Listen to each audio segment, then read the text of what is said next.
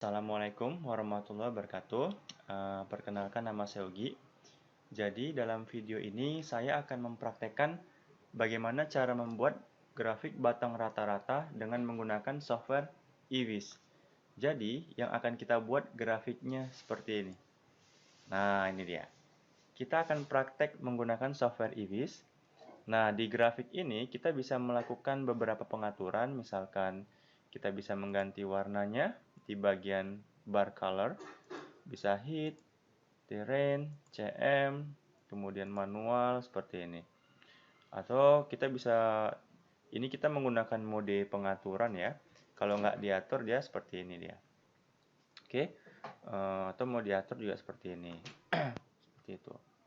Misalkan seperti itu, ini untuk menampilkan nilai rata-rata. Kalau standar deviasi juga muncul di sini, gitu ya. Ada banyak lagi yang bisa kita gunakan. Misalkan kita bisa memilih posisi horizontal seperti ini. Nah, seperti inilah kira-kira yang akan kita buat. Satu lagi kita bisa memilih temanya seperti ini. Ini dia, ada banyak tema yang bisa digunakan. Seperti ini. Nah, kita akan praktik menggunakan eWiz untuk membuat grafik batang rata-rata ini. Tapi sebelumnya, kita lihat datanya dulu. Nah, paling penting datanya. Ini datanya. Ini dia. Sekedar informasi teman-teman, video ini bisa diakses di website www.startkal.com. Teman-teman bisa download softwarenya di bagian download.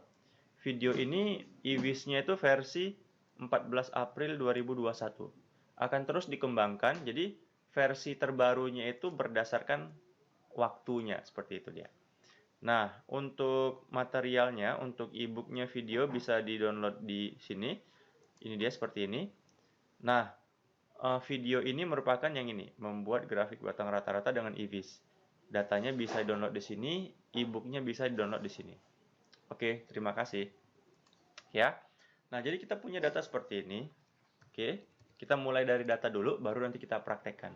Jadi di sini ada data tentang misalkan nih laba perusahaan dari tahun 2017 sampai dengan tahun 2020. Misalkan nih perusahaan DK, ya ini hanya singkatan. Perusahaan DK itu laba pada tahun 2017 kita bisa lihat labanya misalkan ini negatif 0,53. Artinya apa? Negatif itu mungkin dia rugi seperti itu. Kemudian perusahaan DK, misalkan DK gitu kan, laba pada tahun 2018 berapa? Misalkan di situ negatif 0,13 dan seterusnya. Nah, di sini ada 1, 2, 3, 4, 5, 6, 7, 8. Ada 8 perusahaan yang menyajikan nilai laba, gitu kan, labanya dari tahun 2017 sampai 2020. Nah, ini datanya seperti ini dipersiapkan. Seperti itu. Nah, ini kemudian kita hitung nilai rata-ratanya. Kita bisa gunakan fungsi average ya. Jadi kita mau menghitung rata-rata labanya dari tahun 2017 sampai 2020. Kita gunakan fungsi average ya. Misalkan kita hitung seperti ini. Nah, tinggal kita tarik ke sini. Itu dia. Nah, jadi dari sini kita bisa lihat rata-rata laba. Ya, kita bisa lihat rata-rata laba kan dari ada berapa perusahaan? Tuh 2, 3, 4, 5, 6, 7, 8. Dari 8 perusahaan pada tahun 2017 sampai dengan tahun 2020. Kita bisa melihat dari 8 perusahaan ini perusahaan mana yang rata-rata labanya paling tinggi? Kalau kita lihat yang paling tinggi sepertinya yang ini. Nah, ini dia. Perusahaan ALPQ. Benar nggak kalau di sini kita lihat di start call-nya, benar nggak? Kalau kita lihat, nah benar kan? Nah, ini dia. Jadi, kalau kita lihat dari data ini, ini yang paling tinggi labanya, gitu kan?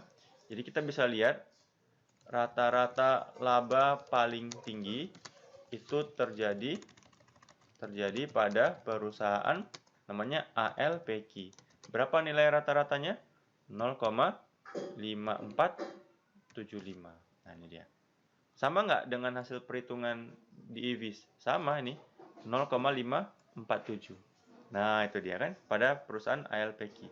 Kita bisa mengatur desimalnya juga. Desimalnya ada di nani, mau 4 angka di belakang koma juga bisa, seperti ini. 0,5475. Sama kan? Ya, oke, sama. Nah, yang paling rendah siapa di sini? Oh, ternyata yang paling rendah ini. Nah, ini.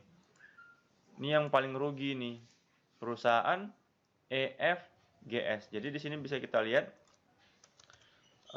rata-rata laba rugi paling besar itu terjadi pada perusahaan si EFGS. Berapa nilainya? Minus, negatif 1,04. Sama nggak dengan perhitungan IWIS? Sama, negatif 1,04. Nah, di sini ada tabelnya juga, teman-teman bisa melihat nilai rata-ratanya, standar deviasinya, minimum sama maksimum, seperti itu. Nah, sekarang baru kita mulai praktekkan. Jadi, pertama, teman-teman harus menyiapkan datanya seperti ini. Nah, ini datanya.